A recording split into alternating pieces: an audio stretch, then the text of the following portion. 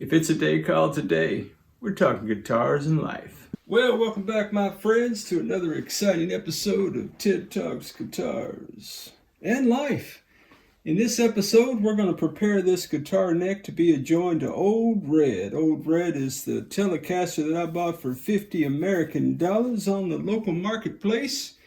Had one pickup, a body and the neck, and that was about it. The body has been prepared in the previous video. If you missed any of the work vids for Old Red, you can go back and look at the playlist, the description below. Just look for the keyword Old Red. Well, my friends, as we move into preparing the neck, we've done quite a bit of work to it, as you might be able to tell. We did copacetically deal with our broken fingerboard right here on either side of that nut. It is not perfect looking. It may look kind of bumpy and bulky, guys. It's smooth as glass. It's just discolored, and I'm not into fashion, so I don't really worry about that. Old Red's guitar neck, the headstock did have 3 holes in it. I don't know why it had 3 holes in it. It had a couple of metal string trees in this thing, which is kind of like our early edition of a round string tree that I've seen these. You can look on the Zon for Fender road worn type buttons, string retainers, you understand, and see something that looks like that. Although that doesn't even have grooves in it that the strings can ride under. I wouldn't put my string under that. It is entirely too ragged under there. I think that would jack with your string. So I did fill those in. And I don't mind that it doesn't look perfect, of course. As always, it's not a fashion statement. So there's 2 things that we want to do to the guitar headstock. One is, I did get from my buddy Torsten over at Tease Guitars, several sets of 18-to-1 non-locking tuners that come on Tease ST1s. And when customers purchase Tease guitars, they can purchase a pro setup. They can also purchase locking tuners, and in the process of putting on locking tuners, T ends up with boxes and boxes of old non-locking 18-to-1 tuners. So he contacted me a few weeks back and asked me if I would want some, and I said absolutely. You can tell that the pole piece doesn't really have a lot of wiggle wobble, and these are copacetically taut, and there's no play in that tuner at all, Jack. So we are going to be putting in our Tease non-locking standard 18-to-1 tuners, which means we're going to have to copacetically drill some holes back here. And you can tell that Old Red used to have a couple of holes that went that way, I suspect for a Fender or a Squier type tuner. And then it had those weird locking tuners in it that had the one pole piece. These are the tuners that were on Old Red. They say these are the Sperzel. Yeah, USA Sperzel. They are locking tuners, but one of them is not functioning properly. So we're not going to be able to go with the original tuners just because one of them is malfunctioning. I can't turn the locking mechanism is what I mean. So I'm going to set that to the side. By way of string trees, we have a couple of options here. Sparky, hey guys, if you haven't checked out Sparky's channel, go tell Sparky I said, what's up, man? And I'll put his channel in the description and the link below. He sent me some of these string. These actually do roll. They spin, in other words, is what I'm saying. And for his purposes, they were too high for his guitar, but I've been eyeballing this. That's a technical term. It is a technical term. And I think that will give my strings just enough break angle. So we're going to try those.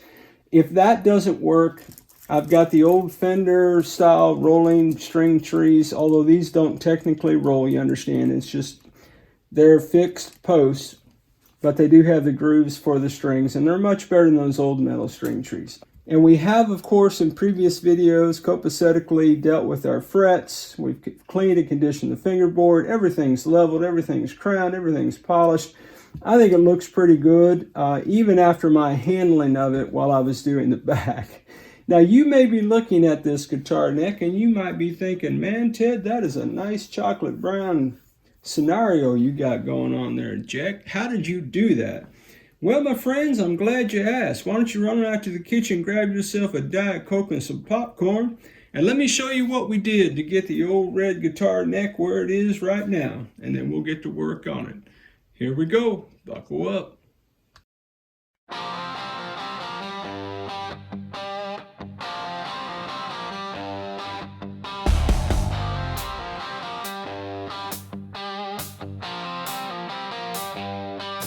If it's a day called today,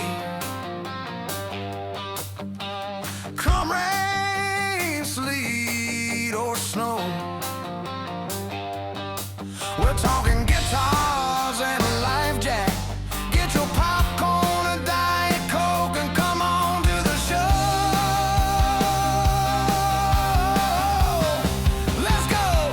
Ted Talks Guitars and a Life. Ted Talks Guitars and a Life. Ted Talks Guitars and a Life. Once upon it's Tuesday night. Ted's talking guitars and a life.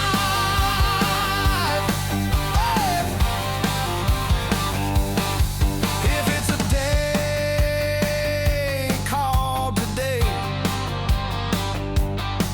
another guitar, some stories and a video. Lots of cool folks are gathering in the comment section. Get your beverage, your favorite snack, and come on to the show. Let's go.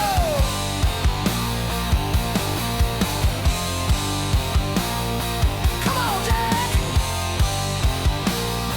Get up to get down. Let's get into it.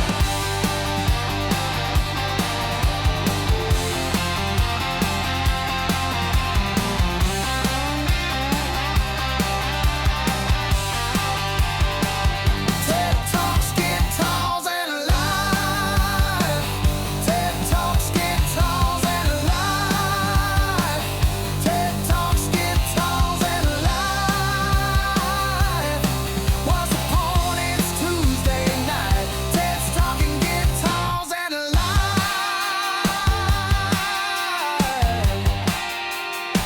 Come on, Jack, get your guitar strap. It's almost time. Get up to get down. Let's get into it. Let's get into it.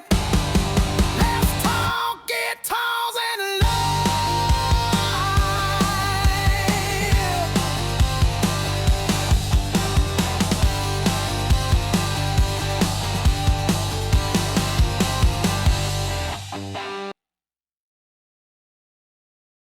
Well, my friends, welcome back. Sorry, not sorry for the fast forward action. That fast forward scene and the theme song represented about, several days of my life, we'll call it.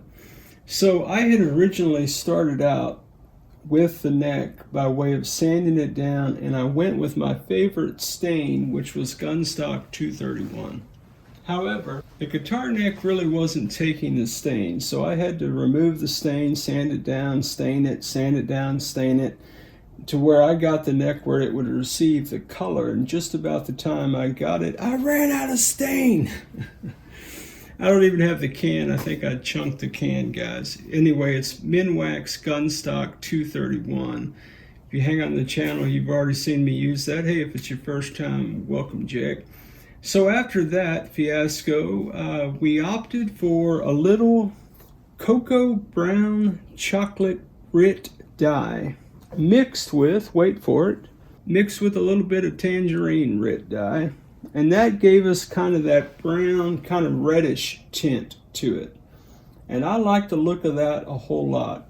So I did multiple applications of a mixture of the chocolate brown and then the tangerine, and then chocolate brown, so on and so forth. And you can tell that there are spots on the neck that still just would not take stain.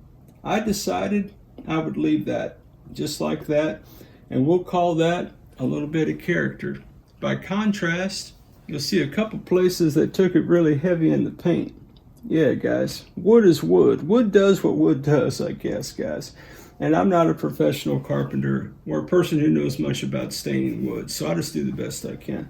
I think it looks pretty good. The front of it, this is more Gunstock 231 than it is the chocolate brown. You can see the difference. That's what Gunstock 231 just about all by itself looks like, and that's more the red dye. Now, the one thing to keep in mind is that the Gunstock 231 stain is oil-based. The dyes are water-based, and generally speaking, water and oil, well, they don't mix. But I've found if you do it in just the right proportions, you can get somewhat of a mixture. So after we had our color where I wanted it copacetically, my first finish coat was with Danish oil. Yeah, guys, I just want a little bit of pop on that bad boy. When the Danish oil dried, I then took it outside. Oh, I forgot to put a, hang on now. Let's get our product placement straight. Hey, Mike, not a sponsored bid.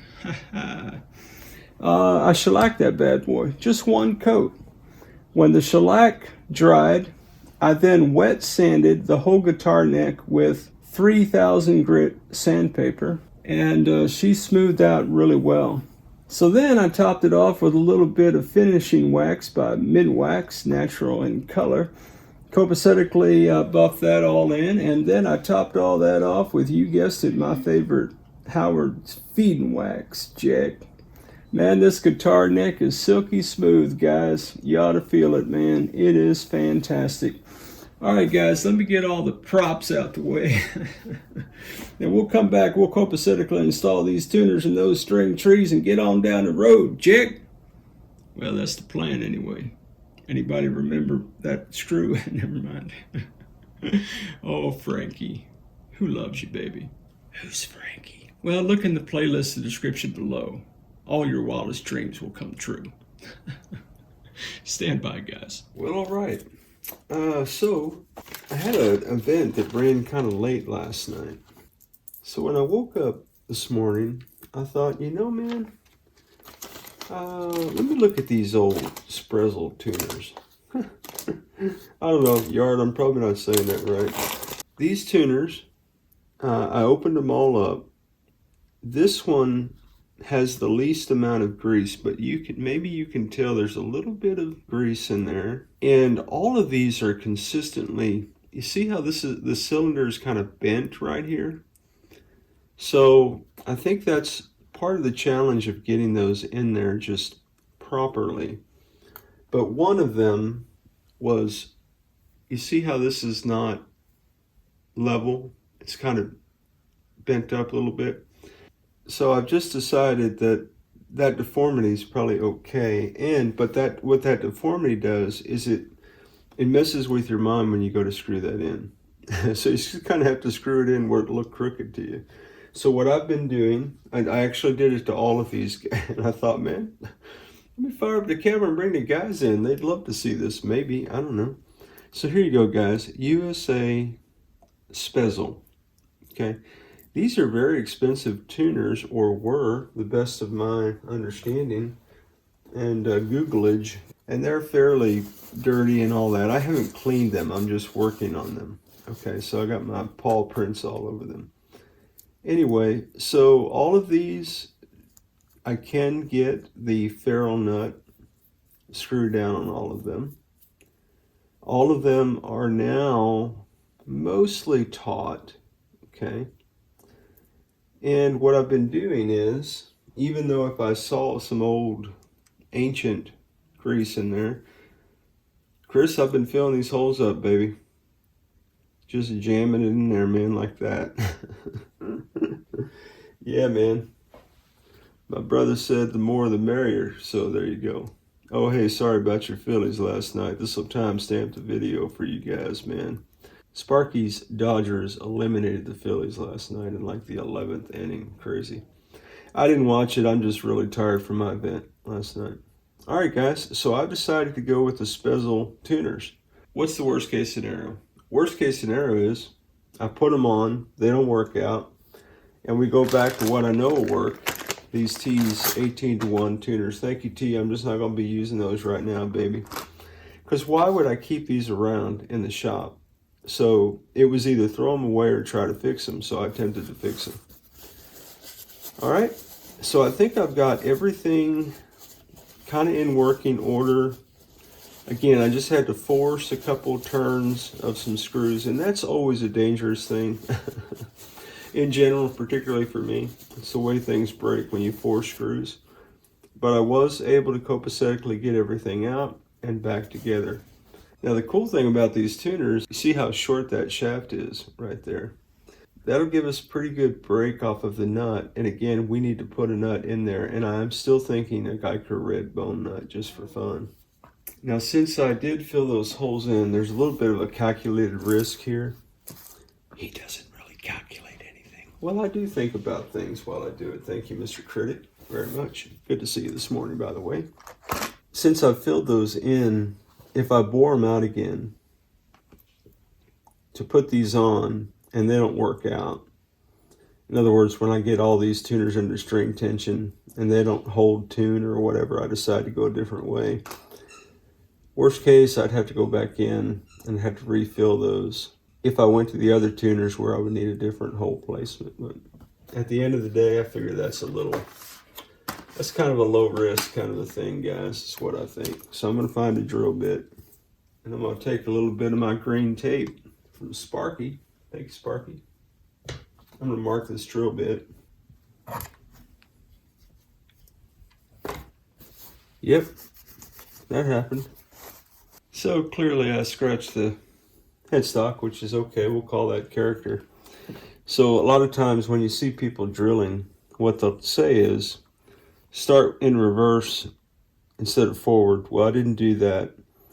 And forward caught and ran down that headstock. So I'm going to put it over the hole. I'm in reverse. A couple little things like that, and then I'll go forward.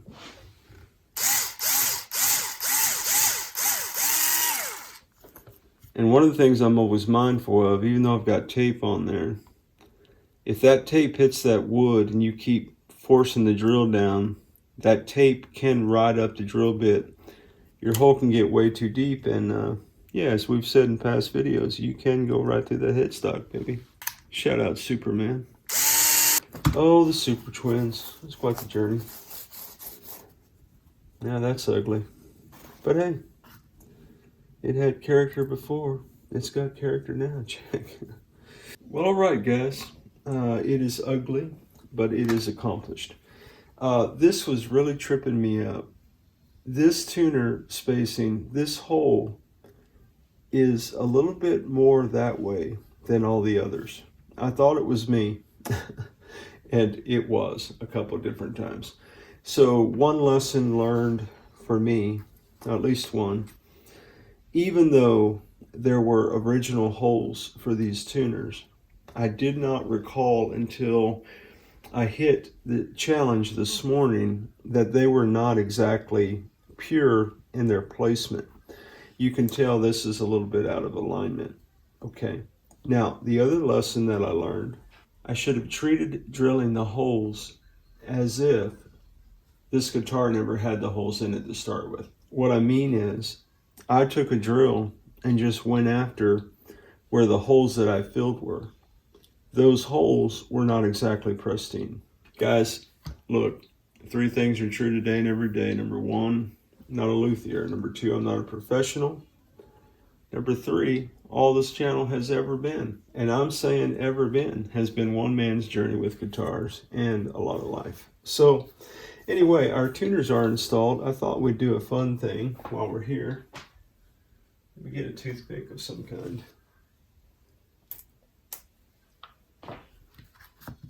This might be of interest. It's of interest to me for sure.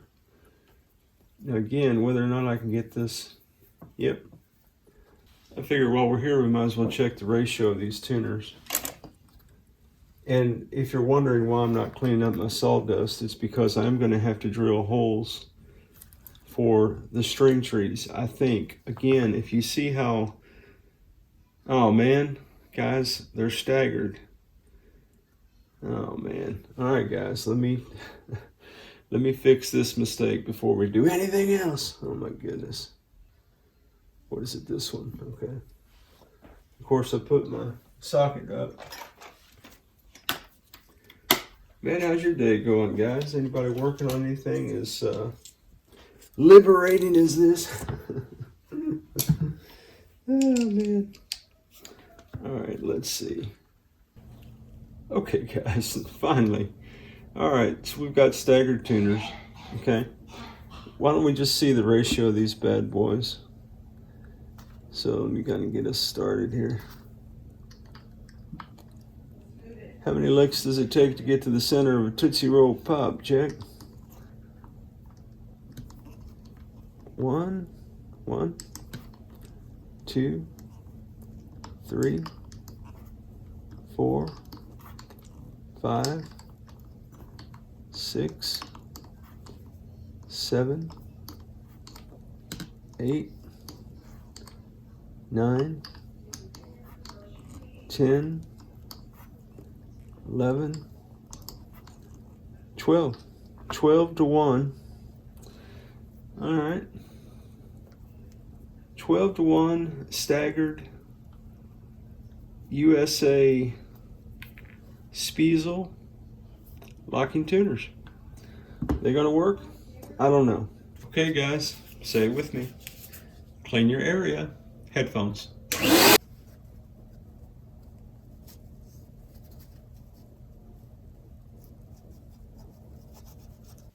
Okay, guys, our guitar neck of Old Red is ready to be adjoined to that guitar body over yonder. I did take a little bit of chocolate brown dye and put in that crack. You're going to be able to see that from the 22nd row. I don't even care, but you probably can. Anyway, I decided I'd fill it in just because, you know, if you can make it look less ugly, that'd be all right. So the only thing we haven't done is put in our string trees, which again, I'm not going to do until I put the guitar together, put strings on it for my tree alignment. I really want to see, I'm intrigued by these staggered tuners, what the break angle of the string will be. We may be able to get away with not having string trees at all, but we'll find that out.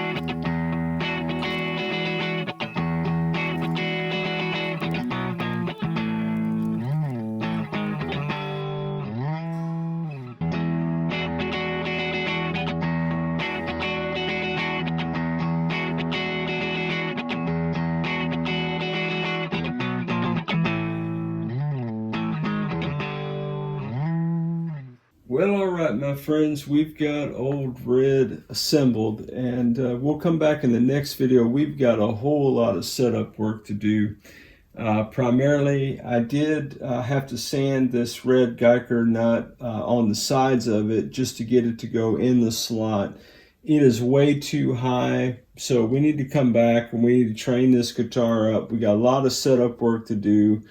But, man, she is together. What do you guys think? It's kind of a first look of what Old Red's going to look like together, Jack. Yeah, man, I think it looks all right to my old rock and roll eyes, guys. But how she sounds is what's going to be really, really important. So, we'll come back in the next one. We'll tackle that. Man, I can't thank y'all enough for taking time today to talk a little bit about guitars and life with me and hang out on the channel. Hey, special shout out to the Jacks, our channel members, for all your love, support, encouragement, and constant edification, my friends.